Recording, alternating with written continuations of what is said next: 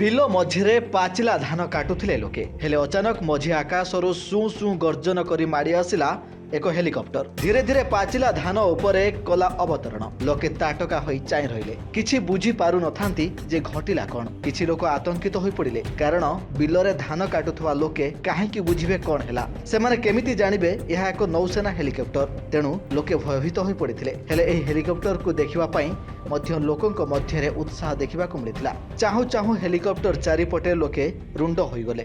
ଧୀରେ ଧୀରେ ଜଣାପଡ଼ିଲା ଏହା ଭାରତୀୟ ନୌସେନାର ଏକ ହେଲିକପ୍ଟର। ପ୍ରକୃତରେ ଘଟଣାଟି ହେଉଛି ଆଜି ପୁରୀ ବେଳାଭୂମିରେ ପାଳନ ହେଉଛି ନୌସେନା ଦିବସ।